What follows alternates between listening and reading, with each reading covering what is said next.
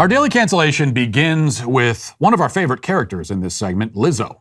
Except that for once, the story has almost nothing to do with Lizzo being naked and overweight. As we know, she's built a career around exploring the intersection of fatness and nakedness, but that is not the point today. Rather, Lizzo has attracted controversy because of some of the lyrics in her new hit single, Girls, spelled Grrrls.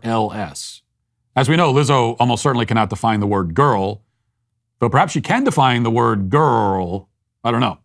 But this is not the word that has caused severe offense, consternation, emotional trauma, and even, we must assume, physical injury to some of Lizzo's fans. That word, well, I'm not going to tell you what that word is. Partly because it's so deeply problematic and shocking that I dare not speak it out loud. And also because I thought it would be a fun game to play a 1-minute clip of the song for you. And I want you to guess which lyric was so offensive that Lizzo had to issue a public apology and re-release the song with this word changed. So listen closely. Hold my bag, hold my bag. Do you see this? I'm a spaz. I'm about to knock somebody out. Yo, with my best friend. She the only one I know to talk me off the deep end.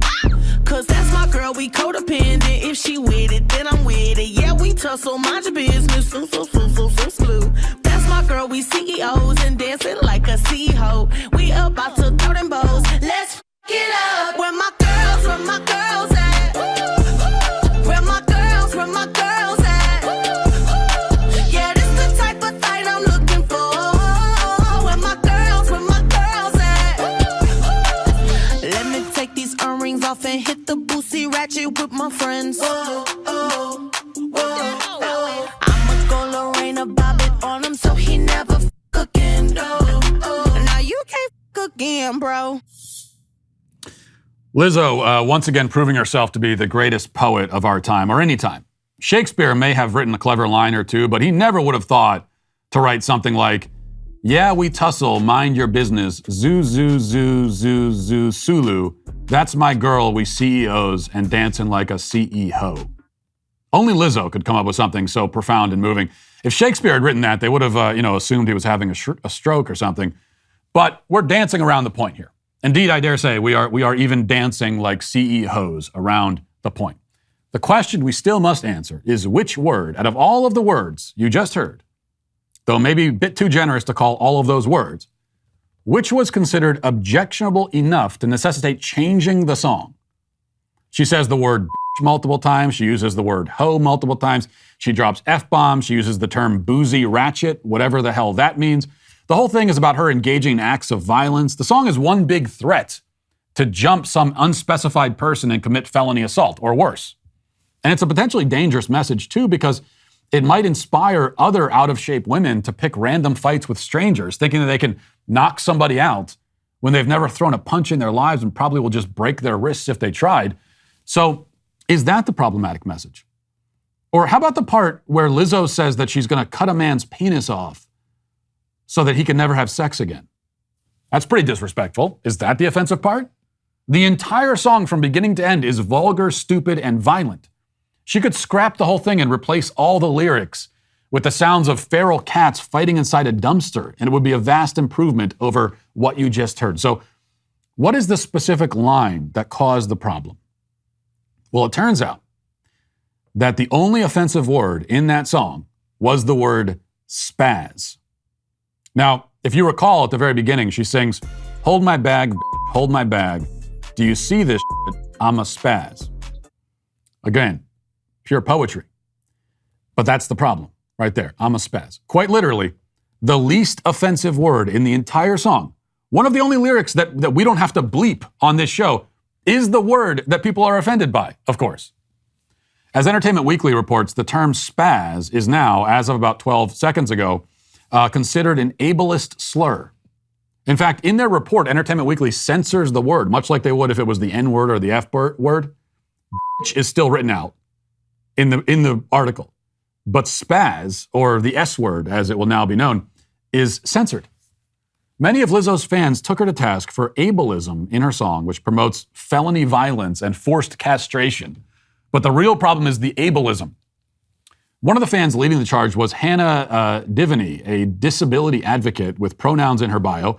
And she tweeted a couple of days ago, she said, "Hey Lizzo, my disability, cerebral palsy, is literally classified as spastic diplegia, where spasticity refers to unending painful tightness in my legs. Your new song makes me pretty angry and sad. Spaz doesn't mean freaked out or crazy. It's an ableist slur. It's 2022. Do better." Yes, it's 2022. You should know better than to use harmless slang while threatening to cut a man's penis off and beat strangers senseless for no reason. Please stick to communicating your violent fantasies with vulgarities and profanity. Please stick with that. Hannah is a woman of principle, and that's what she demands. And she got her way pretty quickly. Yesterday, Lizzo reissued the song with the S word replaced, and she made a public apology. She posted a Twitter quote, "It's been brought to my attention that there's a harmful word in my new song, Girls. Let me make one thing clear. I never want to promote derogatory language. As a fat black woman in America, I've had many hurtful words used against me, so I overstand the power words can have." I overstand the power words can have, whether intentionally or, in my case, unintentionally. I'm proud to say that there's a new version of Girls with a lyric changed. This is the result of me listening and taking action. As an influential artist, I'm dedicated to being part of the change I have been wanting and waiting to see in the world. Only Lizzo could manage to call herself influential, say that she's proud of herself, and brag about her wisdom and insight, all in the context of an apology. Truly, the woman has turned virtue signaling into an art form. She hasn't quite figured out how to make her music into an art form, but she's basically the Beethoven of virtue signaling. At any rate, yes, be the change you want to see in the world. And Lizzo apparently wants a world that is confused, overly sensitive, and has its priorities exactly backwards and upside down. And there's no doubt that she's certainly helping in her own small way to create precisely that kind of world. Actually, I need to correct myself, because I think we make a mistake when we say that this sort of thing is an example of people being sensitive, okay? And I say that all the time, but it's not exactly true, because traditionally, a sensitive person is somebody who is empathetic, kind, deeply aware of other people's feelings and needs. They're affected by and will respond to social cues, facial expressions, and so on. A sensitive person is caring and compassionate. It's good to be sensitive in that way. And I say that as someone who is pretty far to the other end of the spectrum, for better or worse. But I'm married to that sort of sensitive person, and I can say for sure that the world would be a better place if there were many more people like her in the world, like my wife. That's why if this was simply a case of people being sensitive about the song, they might listen to it and object to the whole thing, observing that it's vulgar and obscene and contributes to the coarsening of our culture. That would be a sensitive and certainly not at all unreasonable or baseless reaction to the song and to almost everything else pop culture produces. But that's not what's happening here. The people who we often call sensitive are not sensitive at all. Far from sensitive, they're numb and dumb. They're more like robots, filtering everything through their leftist programming and deciding based on those algorithms to pretend to be offended by all of the wrong things. This is how we end up in a culture overrun by a bunch of inverted prudes, Puritans who have been turned inside out and flipped upside down. They have an endless appetite for debauchery, vulgarity, stupidity, obscenity, but they recoil in horror and start firing off angry letters because of some random, totally benign word or phrase that happens to step on the intersectional tripwire and set off the PC alarms. They celebrate Christina Aguilera dancing around in front of children with a strap-on dildo, but if she had her hair braided, like in dreadlocks or something, then they would demand a public apology for cultural appropriation and hairstyle colonialism. This is the kind of sensitivity we're talking about. And it's not sensitivity at all, but insanity. I think that's what we should really be saying.